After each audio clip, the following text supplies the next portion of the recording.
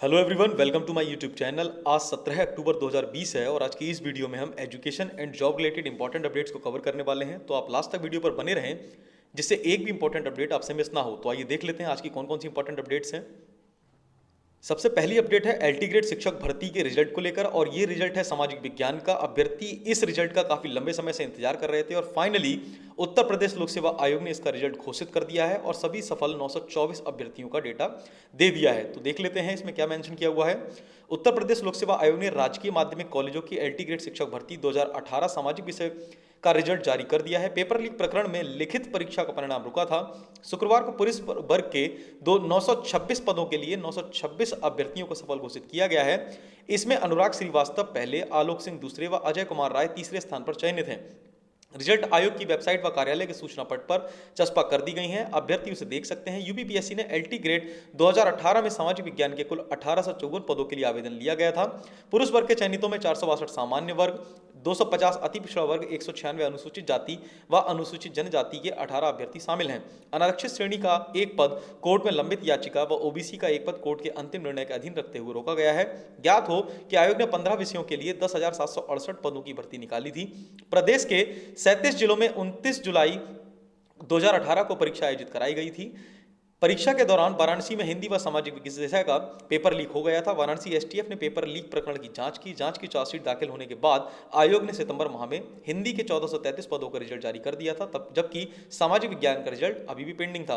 और यहाँ पर टॉपर्स भी मेंशन कर रखे हैं जो कि यहाँ पर दे रखे हैं: अनुराग श्रीवास्तव, आलोक सिंह, अजय कुमार राय, विवेक कुमार शुक्ल, विनय कुमार वर्मा, प्रतीक कुमार सिंह, संजय कुमार कुशवाहा, चंद्रभान सिंह, सतीश चंद्र मिश्र और अमरनाथ आदि। तो सभी जितने भी चयनित अभ्यर्थी हैं उनके लिए बहुत बहुत बधाइयां।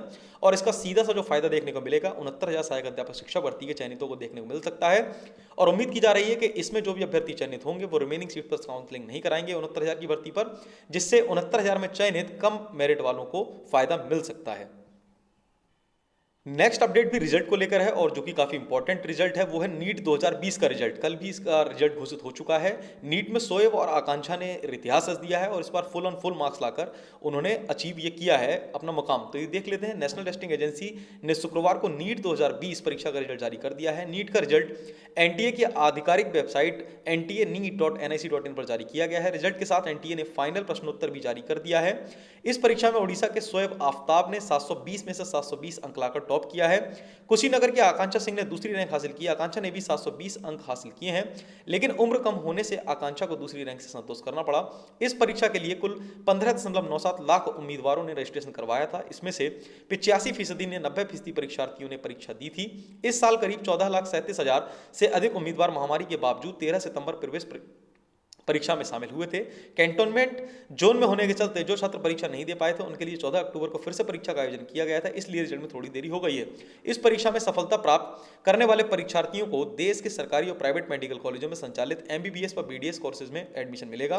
केंद्रीय शिक्षा मंत्री रमेश पोखरियाल निशंक ने नीट के रिजल्ट के बाद खुशी जताई है। तो जितने भी कैंडिडेट सफल हुए हैं इस परीक्षा में उनके लिए हार्दिक शुभकामनाएं और टॉपर्स को भी ढेर सारी शुभकामनाएं, जिसमें शोएब आफ्ताब ने उम्र का लाभ उठाते हुए नंबर 1 की पोजीशन हासिल की है। लेकिन दोनों ही आकांक्षा सिंह हो चाहे शोएब आफ्ताब हो, उन्होंने full and full marks gain किए हैं। और साथ ही अपर्णा पांडे जो कि प्रयागराज की हैं, इन्होंने प्रयागराज में टॉप किया है।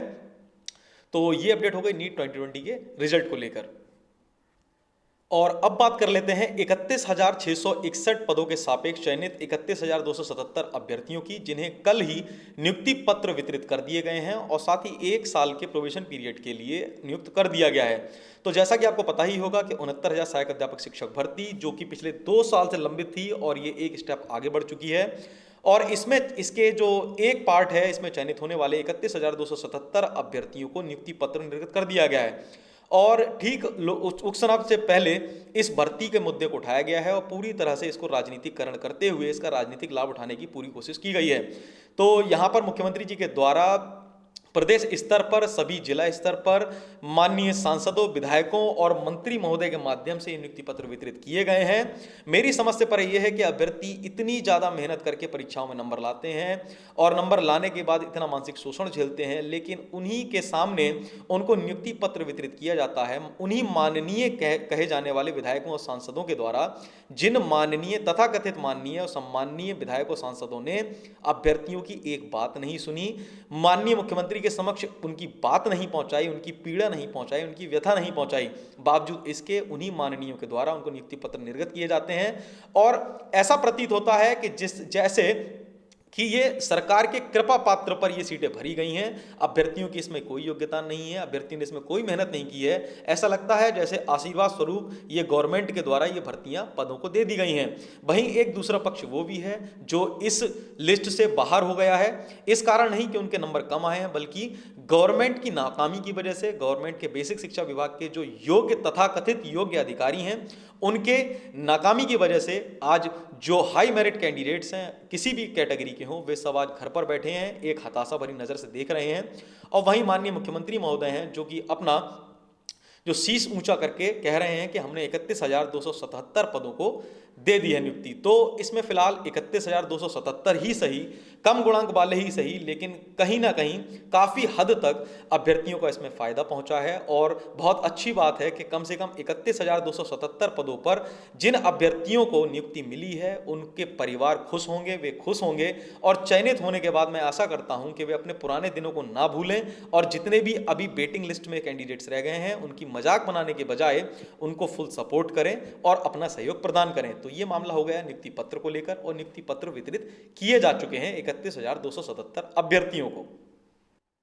वहीं एक मुद्दा यह भी निकल कर आ रहा है कि इसमें 1,000 से अधिक अभ्यर्थियों को अभी नियुक्ति पत्र नहीं मिल पाए हैं, क्योंकि विभिन्न प्रकार के कारणों से, चाहे वे पूर्णांक प्राप्तांक भरने में गलतियां हों या फिर शैक्षिक जो अभ्यर्थियों ने अपनी डिटेल्स भरी थी उसका मिलान सही से नहीं हो पाया है। इसे लेकर भी लगभग 1,000 से अधिक पद ऐसे हैं जिन पर अभी नियुक्ति पत्र वितरित नहीं किए गए हैं, जो कि संदेह की स्थिति में है। तो आशा की जाती है कि ये रिक्त पद भी जो डॉक्यूमेंट्स की जांच करने के बाद या एफिडेविट लगा देने के बाद ये पद भी भर दिए जाएंगे।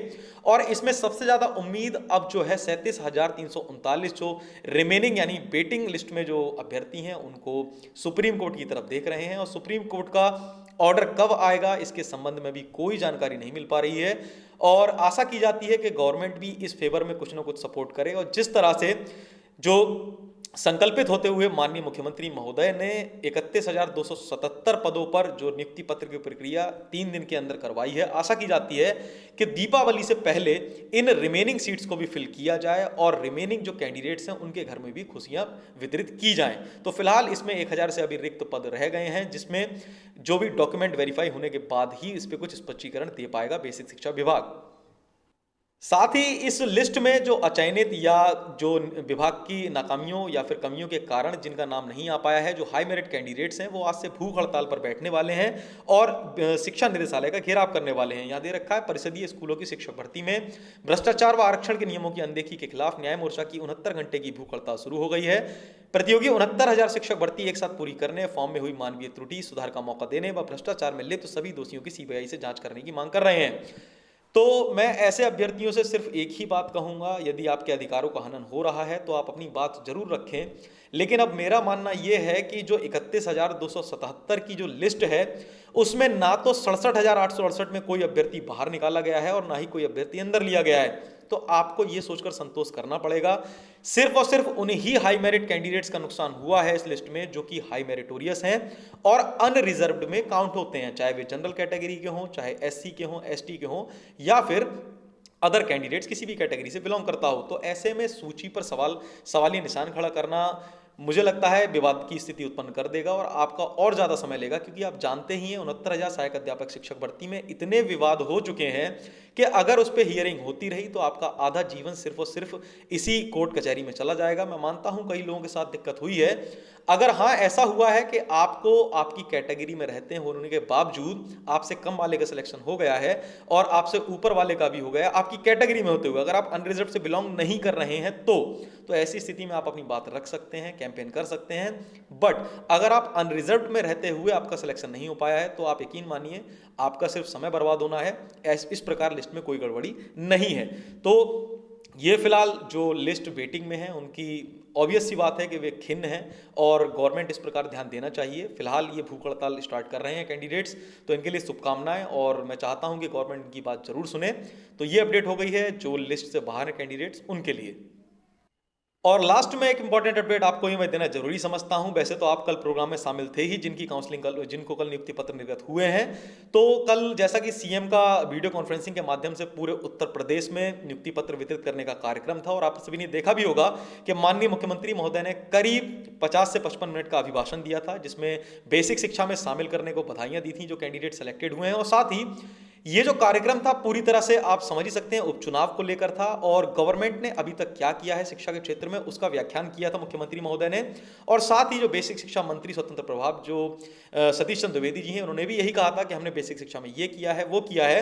और यहां पर एक स्टेटमेंट आया था माननीय मुख्यमंत्री महोदय का, जहां पर सबकी हंसी छूट पड़ी थी, और ये काफी हास्यास्पद भी है, और इससे एक पता भी चलता है कि जो अभ्यर्थी धरना करते हैं उसका प्रभाव माननीय मुख्यमंत्री महोदय तक पड़ता है। एक शिक्षा मित्र से मुखातिब होते हुए माननीय योगी जी ने कहा कि आप अब सेलेक्ट हो गए हैं अपनी मेहनत से, तो अब आप धरना प्रदर्शन तो नहीं करेंगे।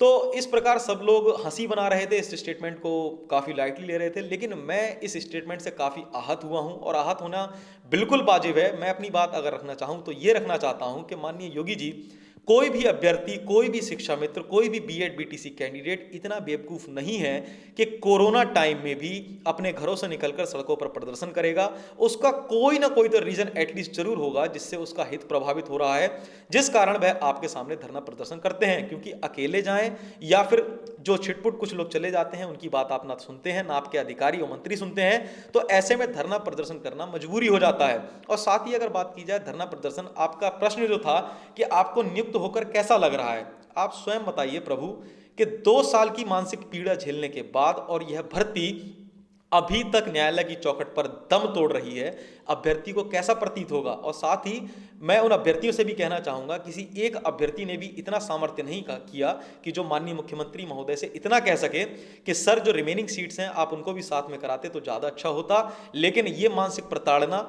ये बहुत ही ज्यादा असहनीय है, और लिस्ट में नाम होने के बावजूद जो सिलेक्ट नहीं हुए हैं उनके साथ क्या मानसिक पीड़ा हो रही होगी। तो ये माननीय मुख्यमंत्री जी, आप फिर से मैं ये बात आपके संज्ञान में डालना चाहता हूं कि कोई भी अभ्यर्थी इतना बेवकूफ, इतना पागल नहीं है जो बिना किसी कारण के रोड पर उतरेगा। आप हर बार आपके मंत्री और आप ये विपक्ष पर कंधे पर बंदूक रख देते हैं कि विपक्ष ये कर रहा है, विपक्ष वो कर रहा है। श्रीमान, आप ये बात याद रखिए, पेपर आपके मंत्री आपके विभाग बना रहे हैं, आंसर की आपके विभाग आपके मंत्री बनवाते हैं, आपके मंत्री विभाग को संभाल रहे हैं, इसमें विपक्ष कुछ नहीं कर रहा है। विपक्ष सिर्फ उन बेरोजगार लोगों का आवाज उठाने का काम कर रहा है, क्योंकि आप जो हैं, आपके सत्ताधारी मंत्री हैं, आपके अधिकारी हैं, वे बात सुनने को तैयार नहीं है। तो मैं बस इतना ही कहना चाहता हूं।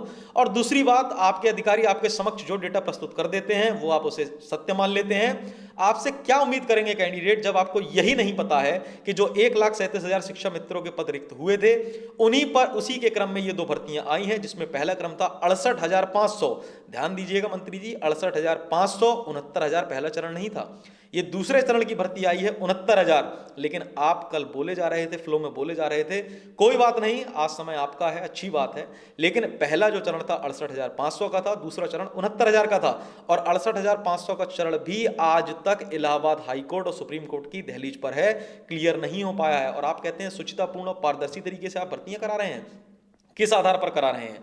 और हाई मेरिटोरियस बंदा आज घर बैठा हुआ है, और जो कम मेरिट वाले हैं आज चयनित हो गए, चलिए वो हमारे ही साथी हैं, बधाई के पात्र हैं, लेकिन आपके योग्य अधिकारियों की योग्यता कहाँ है? और दूसरी बात, आप कह रहे हैं कि 31,227 अभ्यर्थियों को आपने नियुक्ति पत्र निर्गत किए हैं, जबकि जो संख्या है 31,277 पर है। चलिए मानता हूं जुबान है फिसल जाती है, लेकिन इतना भी फिसलना ठीक नहीं है कि आप आंकड़ों को तोड़ मरोड़ कर पब्लिक के सामने पेश कर रहे हैं और उसका चुनावी फायदा पूरी तरह से उठा रहे हैं। कल मुझे तो लग रहा था नियुक्ति पत्र वितरण कार्यक्रम नहीं, कोई चुनावी रैली आयोजित कराई गई थी, जिसमें आप ऑनलाइन माध्यम से उसमें मुखातिब हो रहे थे, और आपने पूरा का पूरा उसमें पॉलिटिकल प्रोग्राम आयोजित करवाया है। चलिए कोई बात नहीं, बस आशा यह करते हैं कि जो रिमेनिंग सीट्स हैं, रिमेनिंग कैंडिडेट्स हैं, उन पर भी आप इतनी ही तत्परता दिखाएं जितना आप अभी उपचुनाव से पहले दिखा रहे हैं। तो आशा करता हूं जितने भी कैंडिडेट्स इस वीडियो को देख रहे हैं वो मेरी बात को समझेंगे। मैं किसी के फेवर या अगेंस्ट नहीं बोल रहा हूं। जो सिलेक्टेड कैंडिडेट्स हैं वो भी सभी साथी ही हैं, और जो नॉन सिलेक्टेड कैंडिडेट्स हैं उनका भी आज नहीं कल होना है। लेकिन वो कल कब आएगा, क्योंकि एक सप्ताह की परिभाषा तो उत्तर प्रदेश में बदल चुकी है। उत्तर प्रदेश में एक सप्ताह की परिभाषा बदलकर 25 दिन यानी 1 माह करीब हो चुका है। तो ऐसे में आशा करना बड़ा मुश्किल है। तो ऐसे में अभ्यर्थी अपनी बात रखने के लिए धरना प्रदर्शन समय समय पर करते रहेंगे। तो ये हो गई आज 17 अक्टूबर 2020 की education and job related important updates. I hope आपको ये हेल्पफुल रही होंगी। ऐसी ही daily education and job related updates के लिए आप हमारे यूट्यूब चैनल रविंद्र विला को सब्सक्राइब जरूर कर लीजिए, साथ ही पास वाला बेल आइकन जरूर प्रेस कर दीजिए, जिससे सभी लेटेस्ट वीडियोस की नोटिफिकेशन आप तक तुरंत पहुंच सके। Thanks for joining with us. मिलते हैं आपसे नेक्स्ट वीडियो में।